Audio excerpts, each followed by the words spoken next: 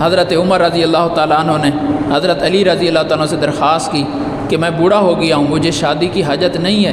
لیکن صرف اہل بیت کے ساتھ میں اپنی رشتہ داری قائم کرنا چاہتا ہوں، یہی میری نجات کا ذریعہ ہوگی۔ تو جو حضرت فاطمہ رضی اللہ تعالیٰ عنہ کی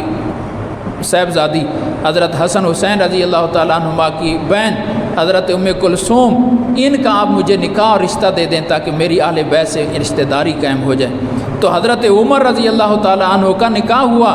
حضرت ام کلثوم رضی اللہ تعالیٰ عنہا سے جو اہل بیت میں سے ہیں۔ ایک دفعہ مال غنیمت میں کچھ جوڑے آئے تو حضرت عمر رضی اللہ تعالیٰ عنہ نے وہ مدینہ منورہ کے نوجوانوں میں تقسیم فرمائے، تو حضرت حسن حسین رضی اللہ تعالیٰ عنہ بھی موجود تھے، تو ان کو وہ جوڑے نہیں دیے اور فرمایا کہ میں یہ جوڑے ان حضرات کی شان کے مناسب نہیں سمجھ رہا، جیسے ان کی شان کے مطابق جوڑے ہونے چاہیے۔ پھر ملک یمن میں جو وہاں کے گورنر تھے ان کو اسپیشل حکم بھیجا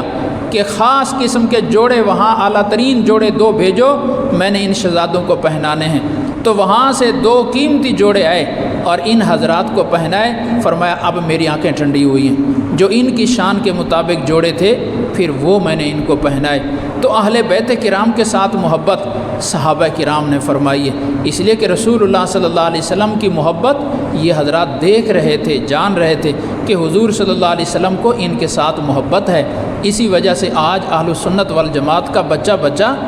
جہاں صحابہ کرام سے محبت کرتا ہے اور ایمان کا حصہ سمجھتا ہے،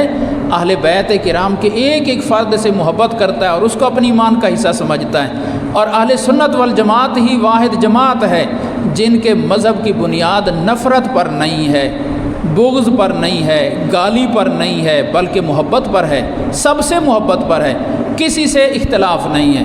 اور اس کے علاوہ باقی جتنے گروہ اور جتنے فرقے موجود ہیں عنوان ان کے بہت خوبصورت ہیں، قرآن سے محبت کا دعویٰ، اہل بیت کرام سے محبت کا دعویٰ، لیکن عنوان بہت اچھے ہیں، حقیقت میں پیچھے مذہب کی بنیاد نفرت پر ہے۔ کسی کو حدیث سے نفرت ہے قرآن کے عنوان سے، کسی کو صحابہ کرام سے نفرت ہے اہل بیت کرام کے عنوان سے، تو باقی سارے فرقوں کی بنیاد نفرت پر ہے۔ اہل سنت والجماعت کی بنیاد ہمیشہ محبت پر ہے، اور اللہ کا ہم پر فضل ہے کہ الحمدللہ ہمارے دلوں میں کسی بھی اللہ کی محبوب ہستی کے بارے میں نفرت موجود نہیں ہے۔ اللہ پاک سمجھ عمل کی توفیق عطا